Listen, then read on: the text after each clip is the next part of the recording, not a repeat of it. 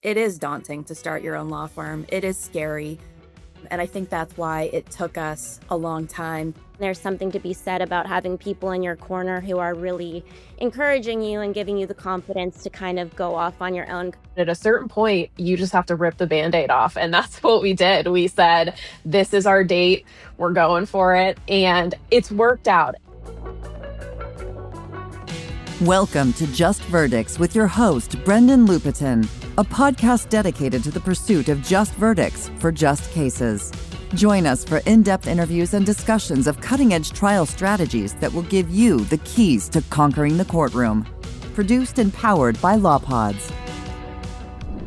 Welcome back to the Just Verdicts podcast. And today we're doing something a little bit different, which is talking with three attorneys who have recently started their own firm because, to get great verdicts, to get just verdicts and just outcomes for our clients, you have to have a great law firm, great foundation to, create that opportunity for yourself as an attorney and for your clients. And I thought it was interesting as, somebody who, sort of started his own firm with Greg several years ago, just to talk with three people I know and respect a lot about their experience getting their firm off the ground. So with me today, I have Lauren Kelly Gielarowski, Gianna Kelly, and Kelly Curren. And if you notice a recurring theme in those names, it's because they are sisters, and they have recently started the Kelly firm. So Lauren, Gianna, Erica, thanks for all being here today. Thanks for having us, Brendan.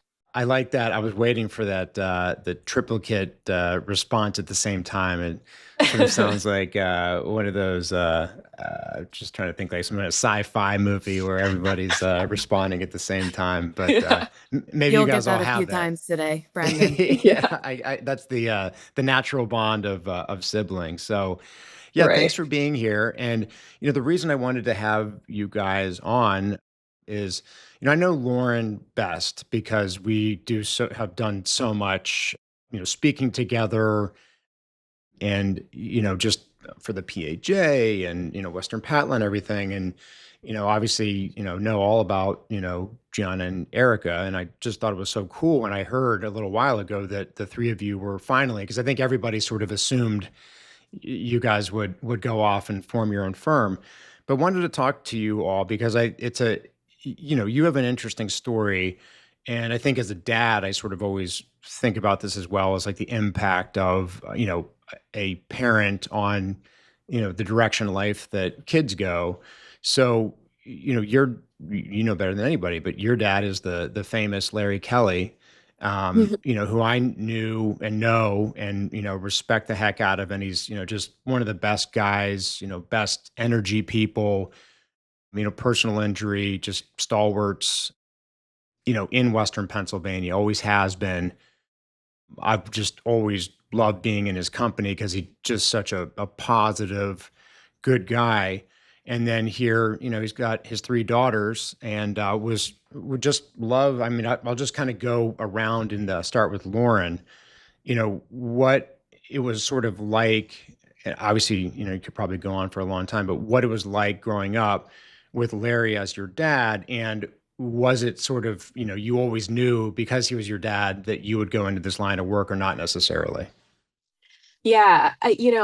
When we were growing up, we always were very aware that our dad was a trial lawyer and that he cared so deeply about his clients and really doing the best he could for them to kind of get their life back on track after a catastrophic event or injury that really derailed it. And so we would always watch him and we'd see him come home. We'd see him preparing for trials. We'd see him out in the community.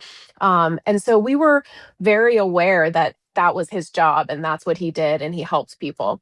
And so observing that, I think the three of us all kind of have a different story and a different origin path. For me, watching that, I always knew that I wanted to be an attorney. I did, mock trial in high school, and it was just, I knew that was going to be my path. So from the beginning, that was where I was headed, and watching my dad was a big part of why. But I know that Erica and Gianna kind of had a different story of how they got here. Yeah, why don't we go? I'm Yeah. just going around. I'll go, Erica, go ahead. Sure. My story is that Lauren has always wanted to be a lawyer, and I have always wanted to do exactly what Lauren does. So, pretty much just kind of followed in her footsteps. She went to law school, and I thought, if Lauren's doing it, this has to be a really good idea. So, I decided to do it too. So, a little bit of a different path. But then, once I started law school, and of course, once I started working for a trial firm, I started to really love it.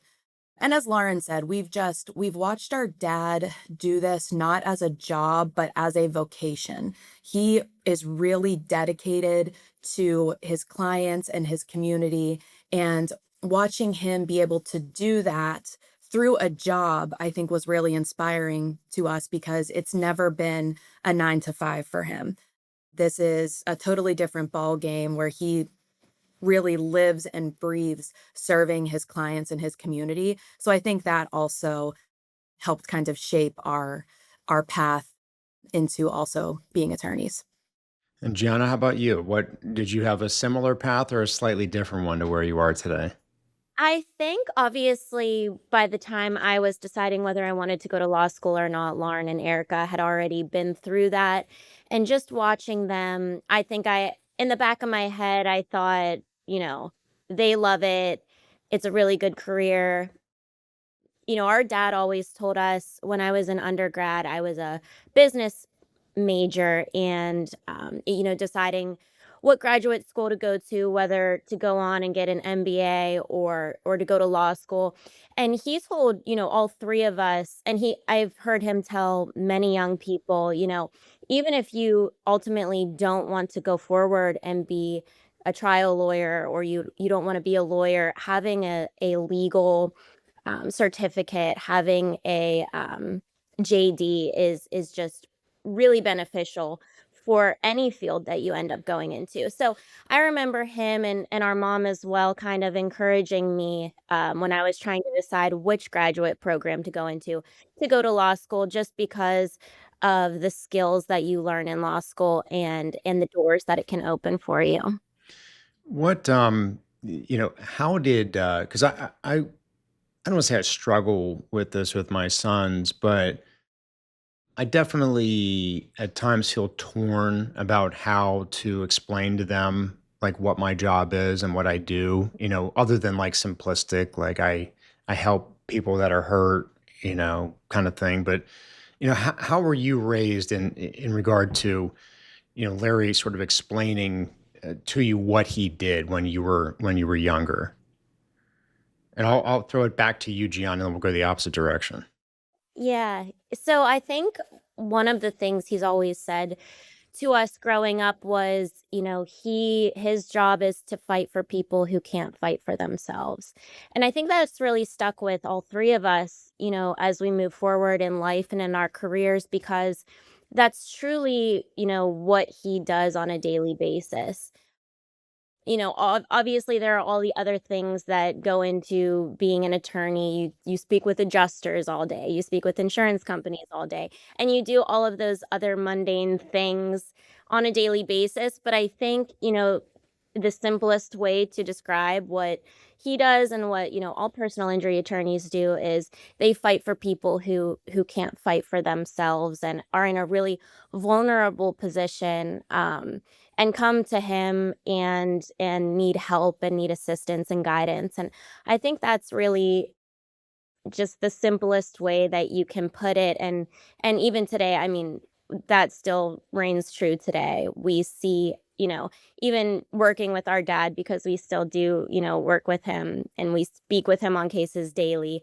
That's still what he does on a daily basis. And you can see that also in the way that the clients respond to him as well. Lauren, did you start out working with your dad, or did you start in another firm when you got out of law school? So when I got out of law school, I actually started out as an associate at Reed Smith. I was doing banking and finance law. And I learned so much from that job, and I learned really the foundational skills of how to be a lawyer. But I knew from growing up with my dad that I wanted to try cases and I wanted to be a trial lawyer. And so, as you can imagine, these massive, massive cases for banking clients very frequently are not going to go to trial. Or if they are going to go to trial, the very senior associates or partners are going to be the ones that are trying them. And so, I knew that I wanted to try cases, and a position opened at another firm actually doing medical malpractice defense. And, I think as we all know, med mal cases, of the very few cases that ever try, they try, fairly frequently out of those, even though it's still a small percentage. So I thought, okay, I'm going to do this, get trial experience. It was kind of a weird contradiction growing up with a dad who is like you said, a stalwart in the plaintiffs, advocacy realm, and then we're doing defense work. So that was hard and interesting, but we learned so much and we got so much good trial experience, all three of us, from starting out on the defense side and getting really good training that way. Erica, you did you go straight from law school to the defense firm that Lauren was at because she was there, kind of thing? It was a made sense. So actually, this is the one time in our lives where Lauren followed me. I was at Dickey Ah, McCamey as that's a right. summer associate, and Lauren actually came and joined me there.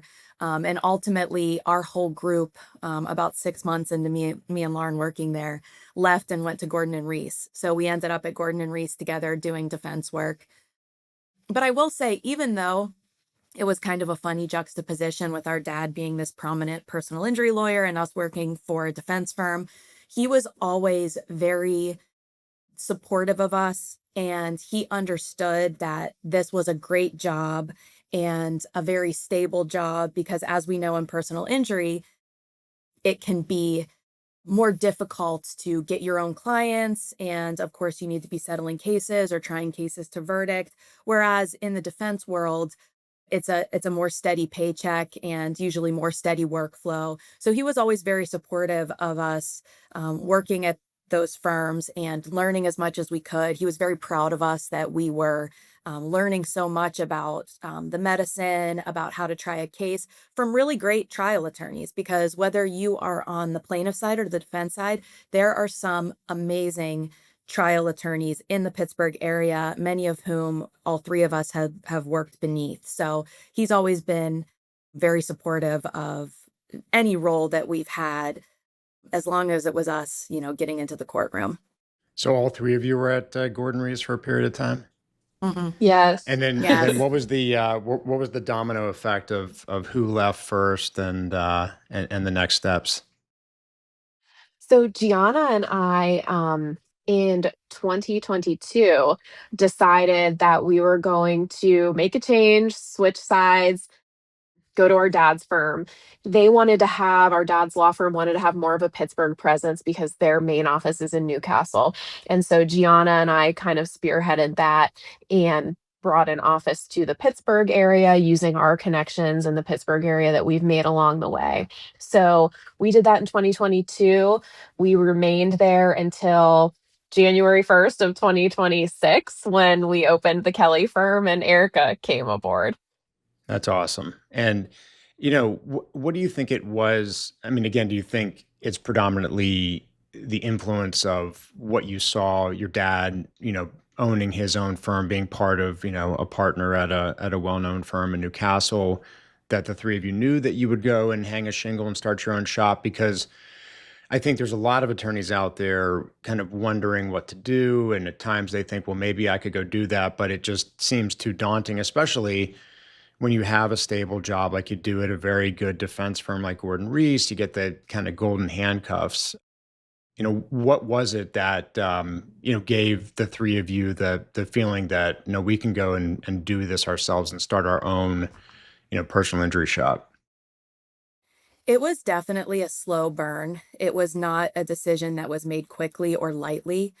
we all loved working together so much at Gordon and Reese. So I think ever since Lauren and G left, we were always kind of thinking about a way to get back together. And we won't sugarcoat it. It is daunting to start your own law firm. It is scary. And I think that's why it took us a long time to kind of come up with a plan for that. What does this look like? What will this require? As you say, the golden handcuffs, it's how much do we need to save in order to get to a place where if we don't have a paycheck for a couple months, we'll be okay. So I think we all started kind of thinking about it once Lauren and G left. How can we make this work? How can we get back together? What does this look like for us? And then slowly but surely the pieces kind of fell into place. With probably the last 6 months before we began, we started talking about very more finite details, but I think the idea was kind of ruminating for a long time. And I think it's important to also have people in your corner that are encouraging you to kind of go off and giving you the confidence to do that. Obviously our dad very much so was encouraging us to kind of forge our own path and have more autonomy.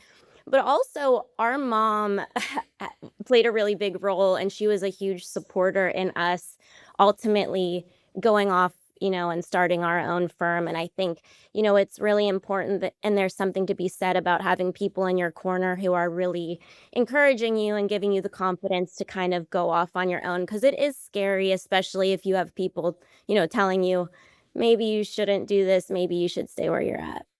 What, Lauren, what would you say were, comparing, and again, I understand that, the Kelly firm is still very new.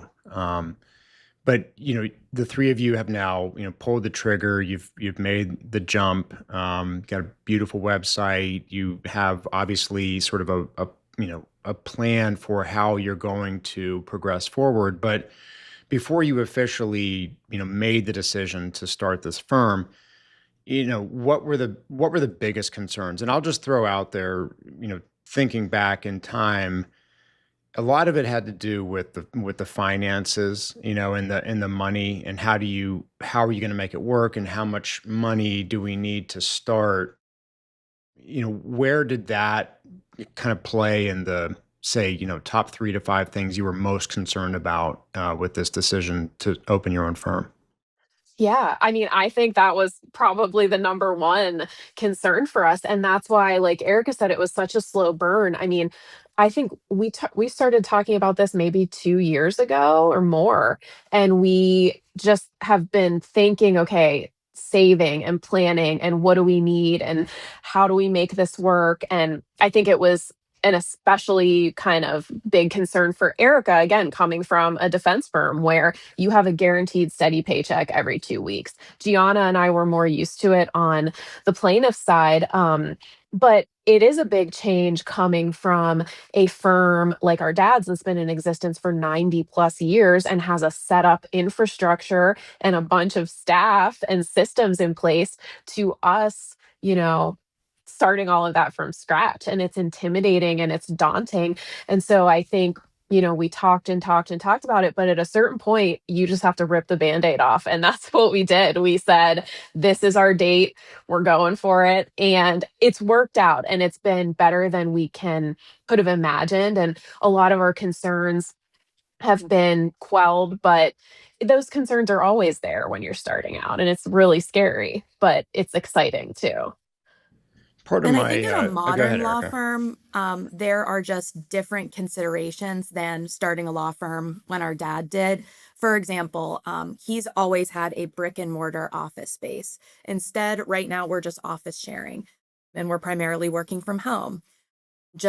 As Lauren said, we don't have any staff right now. So that's something that I think is one of the biggest expenses is hiring great people. And right now, we're just going it alone. And that is very difficult. But I think we all understand that until we get to a point where we can hire staff, we just all have to take on additional responsibilities. So I think starting a law firm in 2026 looks a lot different than it might have even 10 years ago, honestly. Now that everything is remote, now that you can work from home, and that's generally accepted and much more normal than going into an office every day. So I think those things have been really helpful too in trying to keep the finances on track. So do you And feel we're like it? oh, sorry. Go ahead, Lauren. I was just gonna say, we're also trying to leverage a lot of the things that are available now, like virtual office assistants, AI systems. You can hire companies to help you gather and follow up on medical records for a very reasonable price. So, rather than hiring traditional full-time staff, we're leveraging a lot of those systems to help us be more efficient and get the results we need for our clients. But it's much more manageable for a new firm that's starting out. Can one of you, get a little bit more granular on that as far as, so it's the three of you, you're experienced, how to, probably handle filings and, do a lot of maybe the administrative work that goes along with being an attorney. However, you know, as Erica was saying, times are much different now. And I think that it's, for good and bad, but what are, as you look now, say compared to, 20 years just opening up a typical brick and mortar shop, what are some of the key, whether it's AI or virtual assistants or medical record things that you think make it easier to, start your own firm these days? First of all, I think the most important thing is our case management system. We use Filevine. I know a lot of firms do, and we really like it. And it helps keep us so organized. Our dad's firm for a really long time was using paper files, and Gianna and I really work to bring them to paperless. And that obviously helps a lot and enables remote working. Like I said, the virtual office assistants, people that can answer your phone, do intakes, and you pay them, a flat monthly fee rather than bringing on a secretary with 25 years of experience that you're going to have to pay a salary and benefits. Our office situation. Our dad's office is a beautiful Victorian home that was built in, I think, 1863. It's like literally a historic landmark. And the upkeep on a building like that is just crazy, the monthly expenses. And for us, again, we're doing office sharing, we're working from home. So I think we're really lucky that we have found ways, and there are a lot of available ways that we can keep our overhead very, very low. And that's been really, really helpful to us. Another Gianna, thing we or sorry, found go is ahead, that Erica. clients actually prefer to meet virtually now. So I think, 10, 20 years ago, you had to have an office with a big conference room so that you could have these client meetings or depositions or mediations. Now, we always give our clients the opportunity to meet us in person in case that's what they prefer. But I would say 9 times out of 10, they say we'd rather meet you on Zoom from the comfort of our own home. So things like that have been really helpful in not needing somewhere to set up shop every day. Yeah, I'm definitely dating myself because I love the virtual world now. It just makes things so much more efficient and easy. I think the defense side probably hates it because it can so cut into your, hourlies and Billing. billables and all that kind of stuff. We need Right. that mileage, Brendan, okay? I know, because I always get in these. I've given up, but I'm like, why are you insisting on a deposition in Erie when we could just do it by Zoom? And I take all of my depositions by Zoom, and as much as I possibly can, my interactions with my clients are, almost always virtual and phone and Zoom and that kind of thing.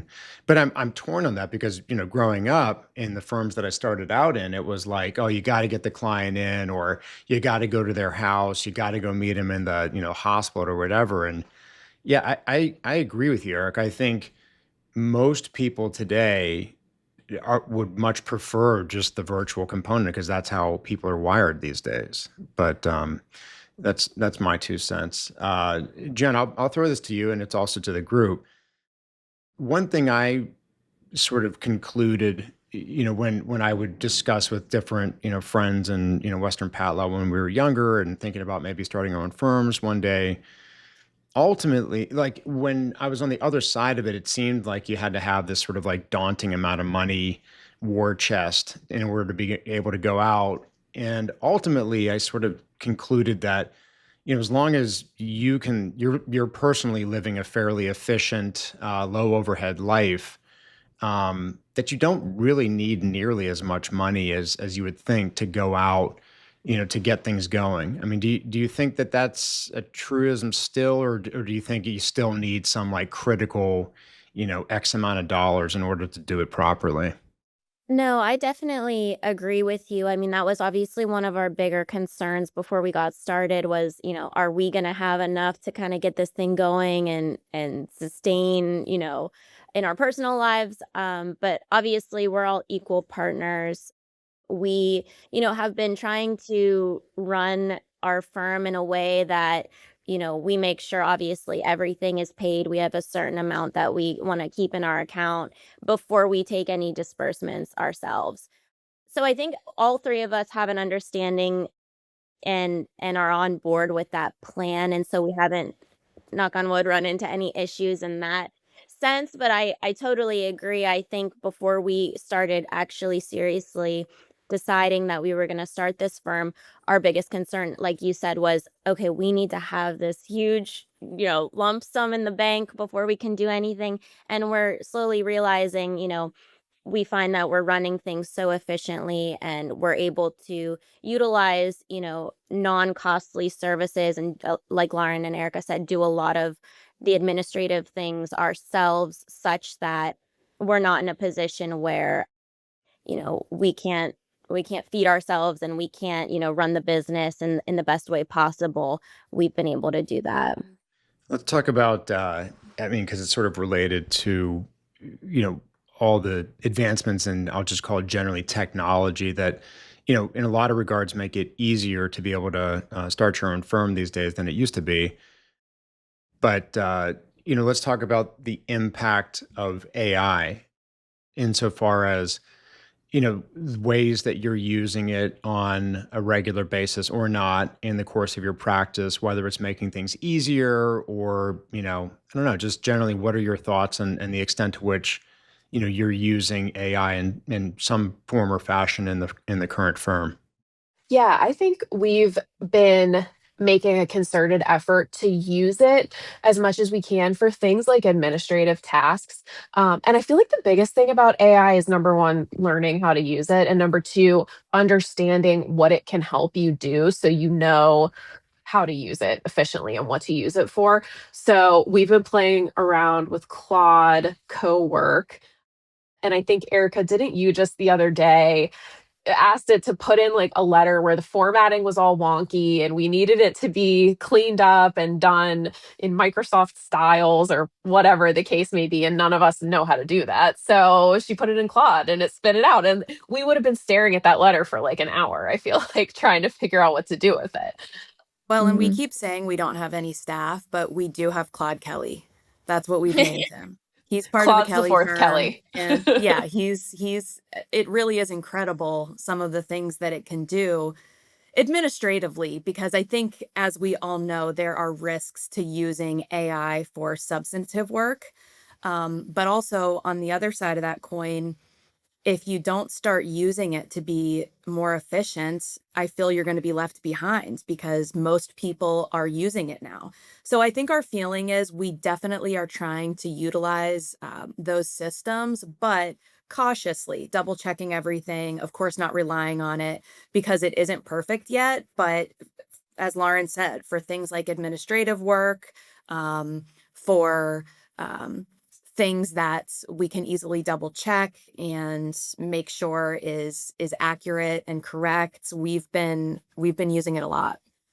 Yeah, and even aside from, legal using it for legal purposes, I think just business questions that we have. Obviously, we're all first-time business owners, and so questions relating to business, which obviously we don't have a ton of experience in, that's been extremely helpful, or at least a good starting point. Yeah, right. I mean, it's as long as you're sort of mindful of its limitations and the traps you can fall into.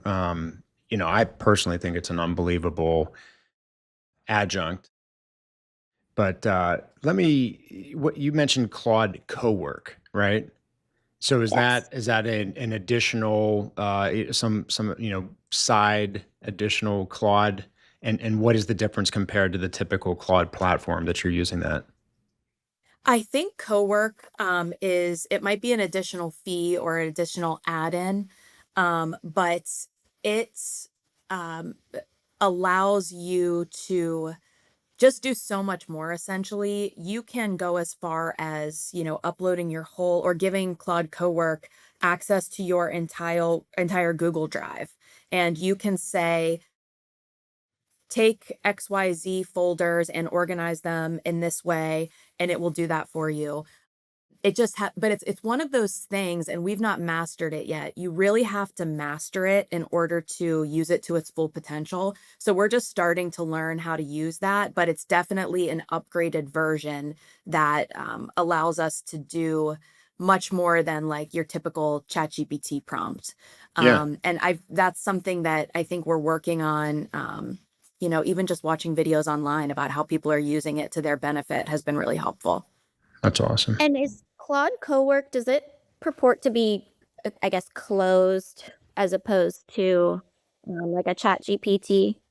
Yeah, I think that's one of the benefits of it too. Obviously, in doing medical malpractice work, you have to be worried about what you are uploading into these open systems, especially your own client's medical records or any privileged or confidential information. So I think that's one of the benefits too of paying for closed systems that are much more secure than, again, just like logging onto ChatGPT and using things that way. And I think even when it is a closed system, you have to be careful about sensitive information you're uploading because I think when you sign on to use some of these systems, you agree to terms and conditions that they can share it in certain ways. So I think we're trying to be really cognizant of, is this an open system, a closed system? What kind of information are we putting in there? Is it anything confidential? Is it anything that can be detrimental to our client? So that's just another kind of risk that we have to navigate as we continue to use AI. Yeah, Yeah. those are great points. Right. Gee, do you want to add I something? was gonna say, I think Brendan, your firm does this as you put or you've been putting language or put language, at least to the client so that they're aware that you're utilizing it in some respect. And I think that's something that we, talked about doing as well, just to Yeah. cover all the bases. Yeah, definitely the representation agreements all, include that sort of disclosure language that we're using it this way, and by signing, you're consenting essentially to us doing that. And yeah, I mean, we only use it with the closed systems, but I think to Erica's point, there's always still that concern of well, how exactly can it even be shared within the closed systems? And I personally, think the same thing with respect to the, because there's all these different, AI based medical record organization and search function,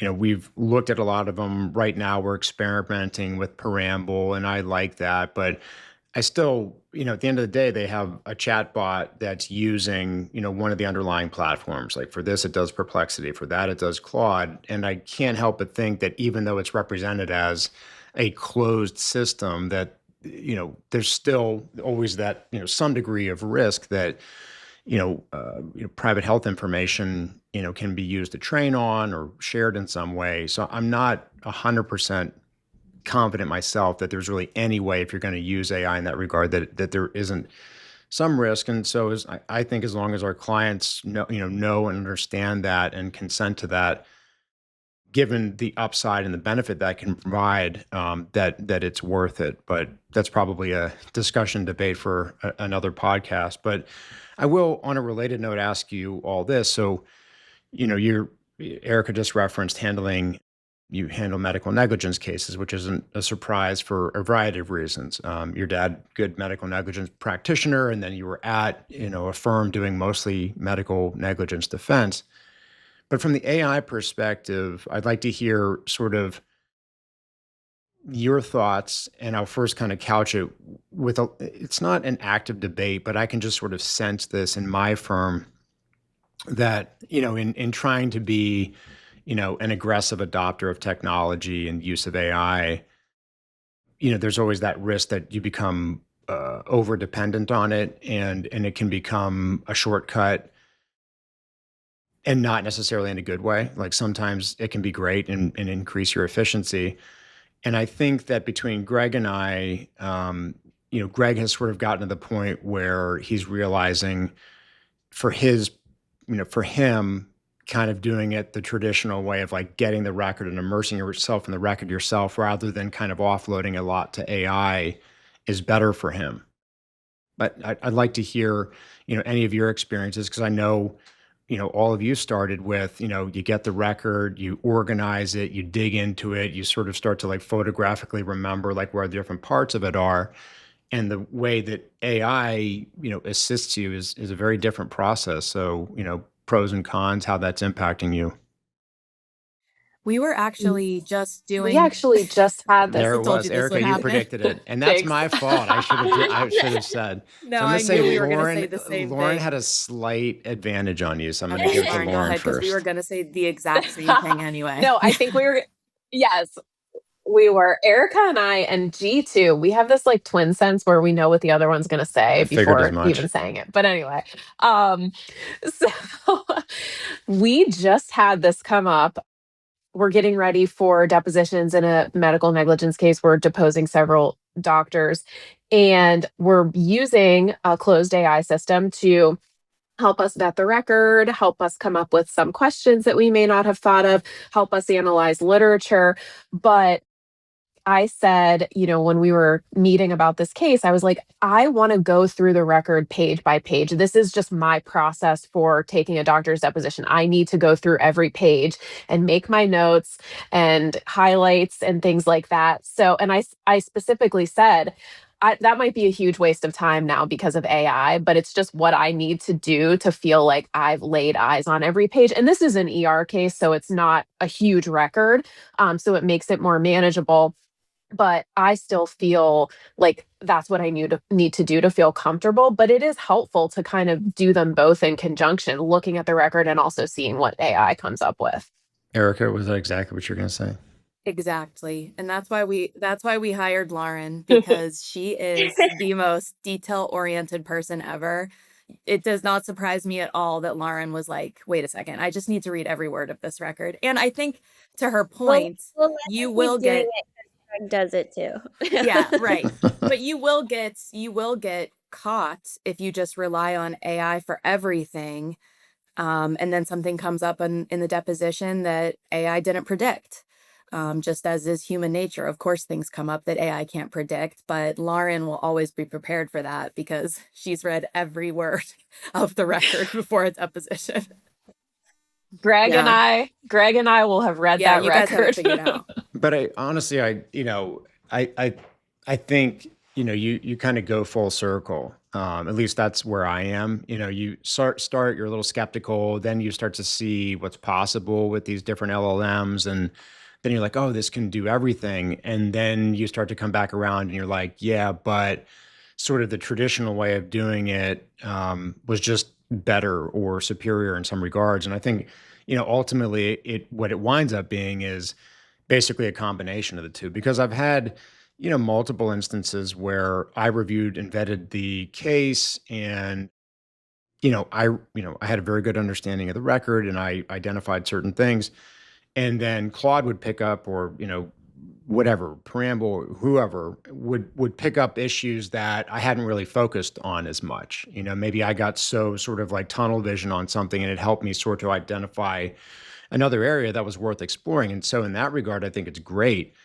But the more and more that I use AI, the more I realize how it just almost becomes too easy of a shortcut, I find, and it just kind of like anything in life, it seems, if it's too easy, or it seems too good to be true, then it probably is. So I just, at this point, it's a great adjunct, but I'm literally like having to force myself to get back into, hard original, reviewing, immersing yourself in the record itself, and then using the AI as sort of a backstop or, thought partner, to pick up on things that Yeah. that maybe I missed. Yeah, I think that's the best Yeah. approach. And I teach at Pitt Law School, and I know you do too, Brendan. And I tell our students, like, I know I sound like an elder millennial saying this, but like, please don't rely on AI. Like, I'm up at night worrying that my students are going to be this generation of lawyers that didn't do the work to form the legal skills necessary to be a lawyer without the use of AI. So we try to tell them, like, please use it as a thought partner, use it as a supplement. Don't let it substitute those foundational skills you're building as a young lawyer and as a law student, because that's really scary to me. Yeah. Yeah, I think that term brain rot kind of stems from putting everything into AI and not using, your brain as much. So I think to your point, Brendan, yeah, like you could regress if you're just completely relying on AI most of the time. Yeah, without a doubt. I think, I can notice aspects of it where I'm like, it just becomes too much of a crutch. And you're like, no, I'm not using this the right way. I'm using it just as like, a little bit of a cheat code, but in a sense, you're sort of cheating yourself as well. But I think that it's worth listing sort of, ways in which it really is really can benefit you and really can make you more efficient. So, I mean, this is just a super simplistic thing that's just coming to mind, but I think you know, it can help with initial screen vetting of cases. You know what I mean? Like, these records came in, they're 500 pages, and getting sort of is what's in this record, is it corroborated by what the client told us or not? Just off the bat, or is it like, oh no, there's nothing in the record about X, Y, and Z, and now you can kind of go and look at it a little bit more skeptical, and so it can help with that. It can help identify what records are missing.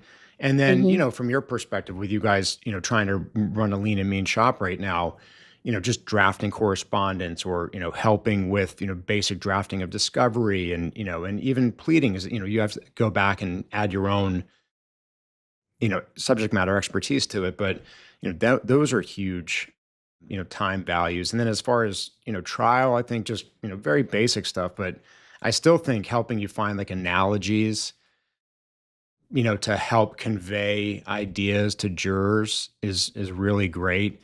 And then the last thing I'll say that I think it's very good at is helping you put together fact patterns for focus groups, whether you do data study focus groups or you do your own, just giving it templates, providing all aspects of the record, giving it a very, very detailed, like prompt after prompt about what you're trying to find. But I think it does a very good job of like sort of organizing it and really cutting the time down that it takes to put those things together. But that's just off the top of my head. So let's, keeping on with, the pros and cons of starting your own firm.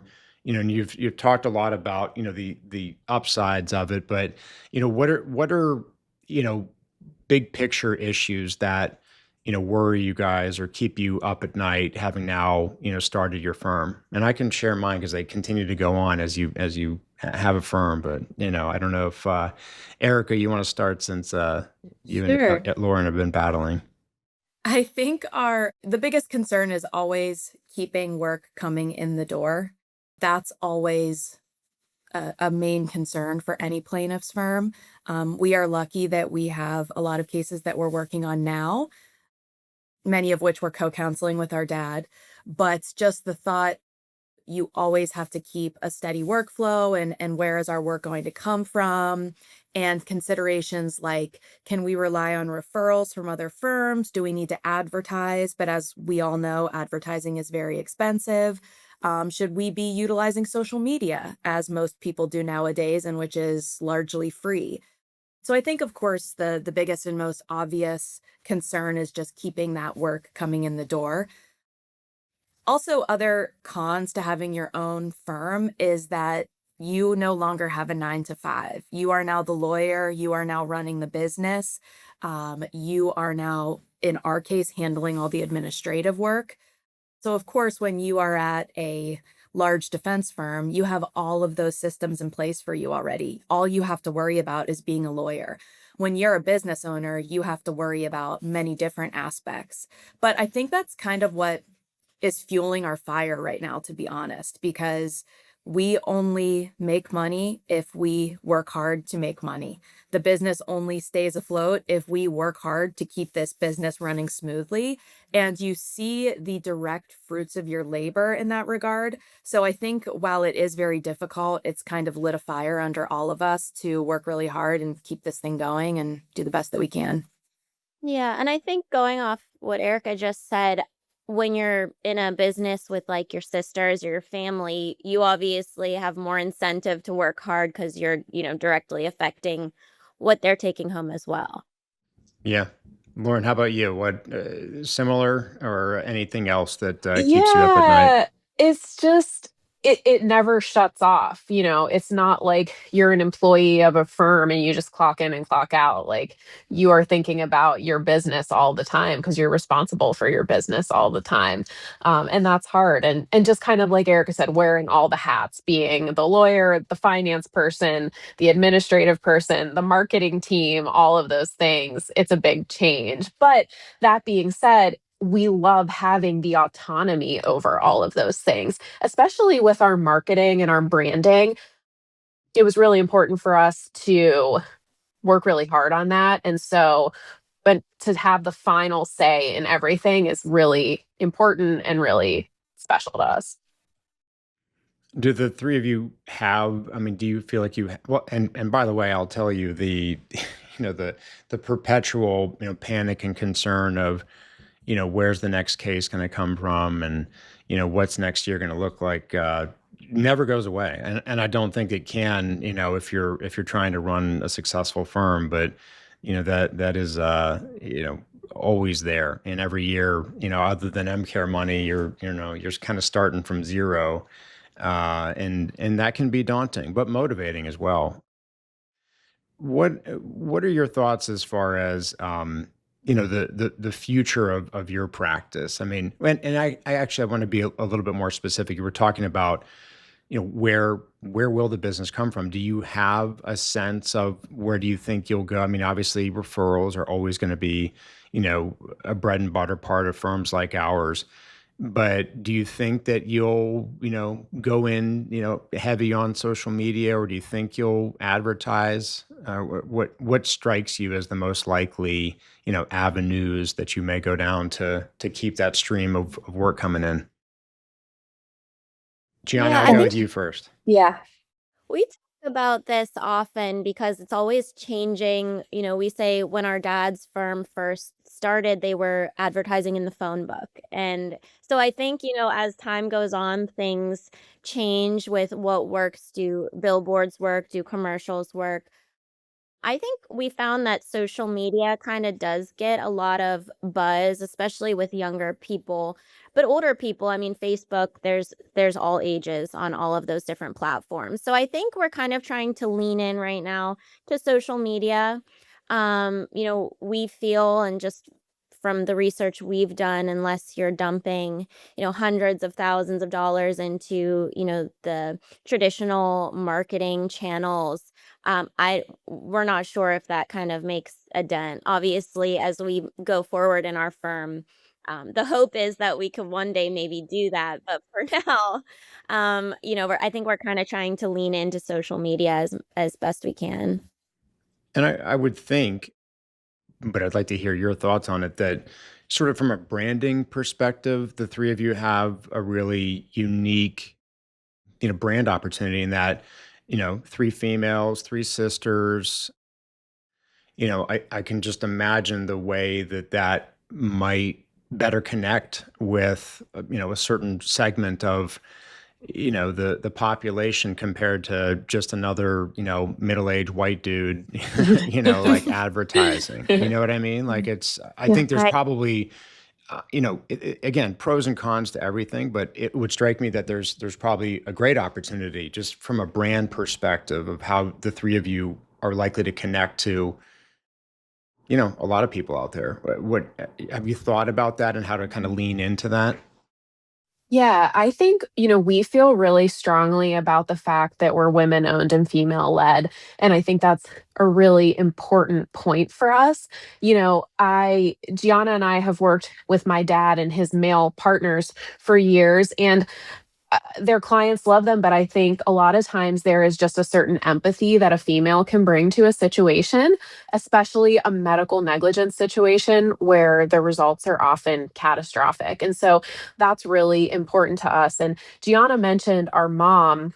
Our family is Italian, and in an Italian family, the mother is really the matriarch of the group. And our mom, Marisa, has always pushed us and instilled in us that we need to, use our opportunities and our gifts and talents as strong women to help others and to advocate for others. And so that's really what one of our central goals is with our firm and with our brand. Yeah, I think that's awesome. And I mean, just from my vantage point, coming up, it was always, I had, white male mentors. And then, my different firm iterations have been, with white males. And, that's fine. I mean, that for better or worse, that's the majority of the people in this practice. However, I will say, to the point of sort of the empathy and just the different sensibility, and I mean that in the best of ways. I tried a case a few years ago with our former associate Maggie, and I just felt that what like she brought such a unique point of view, you know better in a lot of ways touch to aspects of the case that and I always like worry about, being sexist in this regard, but it was just what I felt and observed. I thought it was such a benefit to try the case with her, just overall her, the way that she would connect with our clients different than I would, I just thought was wonderful. And, I thought that it just speaks to what I think a lot of people say that, we wish there was, more women like the three of you getting into this work. I don't think there's anywhere near enough, women in the practice of, personal injury, medical malpractice, plaintiffs work. And hopefully the three of you will, inspire more and more, women to get into this line of work, because I think it'll only help the overall, practice that we're all, getting involved in. Let me pivot one more time, just not to go down the freak out factor, but have the three of you thought at all about, I kind of look down the pike and it seems like there's going to be more and more of these kind of mega law firms trying to kind of absorb everybody. And maybe there's some good to that, but I think there's a lot of, there's a lot of aspects of that scares me. Have the three of you given that any thought about how the landscape may change dramatically or not, and how it impacts firms like ours that are, smaller boutique firms doing this kind of work? I think the only advantage that those mega firms have are endless resources. But from a client point of view, I don't think those mega, we call them big box firms, serve the client in a way that smaller boutique firms can. Because as we know, you might see one of the million commercials for one of the huge firms in the area. And of course, they're top of mind. So you call them and you may never speak to an attorney. You speak to intake, and then you might speak to a secretary or an assistant, and then you might speak to a paralegal, and you never even speak with an attorney about your case. So I think one of the things that we perceive as a strength is that we have a direct connection to any potential client, of course, to our current clients. And a lot of people prefer that. They don't want to be just another number in some huge law firm's wheel. They want to talk to somebody who will ultimately actually be working on their case. So I agree that I think it is tough to be up against those huge firms with endless resources, but I think there's also something to be said about the smaller boutique firms that are actually more involved in their clients' cases and their clients' lives than some of the big places are. Yeah, Right. G or Lauren, your thoughts? Yeah, I agree with Erica. We obviously we're new, but even at our dad's firm, we talk to the clients we never kind of pushed them off on secretaries or paralegals. Anytime that they had an issue or we needed to correspond with them, it was always us delivering that message. And I think that our clients really appreciated that because, as Erica said, at those larger firms, I think you are very rarely, if ever, speaking with the attorney that's handling your case. To that point, I think Pittsburgh, the community here, I also think, or I'd like to believe that they have a little bit more of an allegiance to, the local firms as opposed to, an out of town big box law firm. So that kind of helps us sleep at night. I'd like to think that like Pittsburgh is a really close knit community and they'd like to deal with Pittsburgh people. Yeah. But Lauren, your thoughts? Yeah, I echo those sentiments. And I think we tell people, I think it ultimately comes down to, as the client, what kind of experience do you want? Do you want to just, your case was taken, you'll hear from them when you hear from them, you'll get your settlement check? Or do you want to have your hand held a little bit more through the process and have a more personal experience? And so we tell people, okay, go and call those huge firms and then come and talk to us and make your decision, because we feel really strongly that the experience, like, your firm and our firm, gives people that smaller, closer experience a lot of people gravitate towards. So, it's worrisome that all of these huge firms are flooding our Pittsburgh market, but I do still think we can distinguish ourselves. Yeah, I agree with you. And I mean, just anecdotally, on Friday, a potential client called, spoke to our, wonderful, nurse paralegal Stephanie, who's just awesome in like getting a first human touch. And, Steph was like, Brendan, I think you should try to talk with this, client. So she set up a call later that afternoon. I talked with her on, my cell phone for a while, and she was just saying that, she had spoken with another firm, before she contacted us. And, they were, she was like, they were not going to let me talk with the lawyer. It was just, they were interested in the case. They want to get the records, and that was kind of where it ended. And she's like, it's nice to be able to, that I'm talking with you. And I'm like, yeah, it's my cell phone. And, if you want to call me or text me, do that. And, it's like, look, you got to this is a big decision, like we're getting Yeah. into a sort of a relationship here that could last, 3 years, sometimes more. So, you better feel comfortable with the person you're working with. And so, yeah, it's like, we don't know. I mean, Mhm. maybe the mega firms and private equity getting in and sort of vacuuming up everybody into, a small number of gigantic firms is just the way things will go. But I have to think that there's always going to be, room for, smaller firms like Mhm. ours, because that's what a certain, segment of the population is going to prefer, rather than that big, sort of mechanical virtual, relationship. Mhm. But time will tell. to Yeah. your credit, Brendan, I think that you would be very hard pressed to find a partner at a big box law firm who's going to talk to a client on a Friday afternoon. Yeah. On their cell So phone. Agree. there's a Right. lot to Agree. be said about Yeah. Yeah. that. Yeah. No, exactly. So, and I think, you'll find this, if you haven't already too, is, once you develop a good reputation, it is so important to maintain that sort of, personal touch. And you can really only do that, when you have a certain number of cases. And so I'll look in Yeah. my case management system sometimes, and I have a certain number where I really start to get uncomfortable if it goes above that, because I just kind of know intuitively that that's me. That's kind of where I'm going to start getting stretched too thin. And I don't Mhm. like that for a variety of reasons. I'm not into a mile wide and an inch deep. I want to Yeah. have kind of a deep sense of everything. But going back to one of our biggest fears of firms like ours, you're always wrestling like, yeah, but if I don't take this case, or we don't look at this or that, Yeah. what if there's no more cases, or, what if we'll need those to get through Yeah. leaner times. And that's kind of that balance, I think. But again, going back to the very beginning, you run a lean shop like the three of you are, you don't need as much of that like endless volume to have a very, well functioning and successful law firm. So let's end with each of you going around. We'll start with Lauren.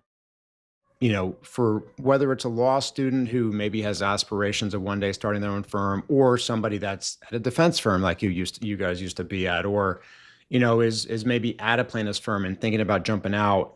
A quick one or two pieces of advice that you would impart on them.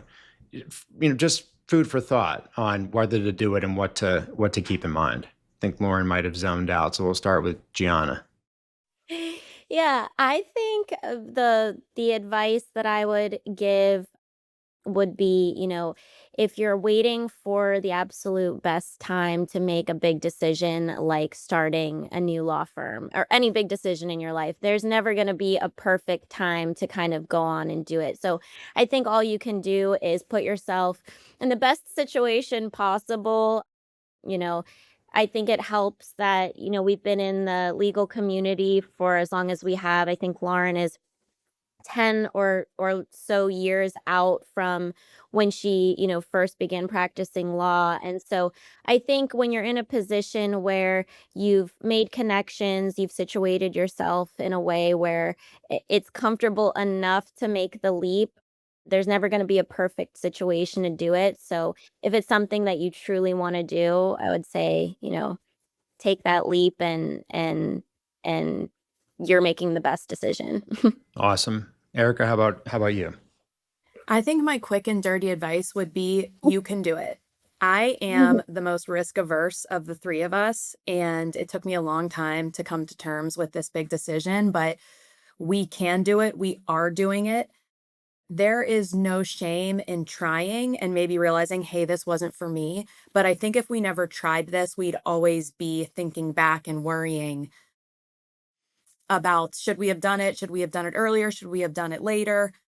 So I think my biggest advice is take the leap. You can do it. Believe in yourself, and it will all shake out as it should. Love it.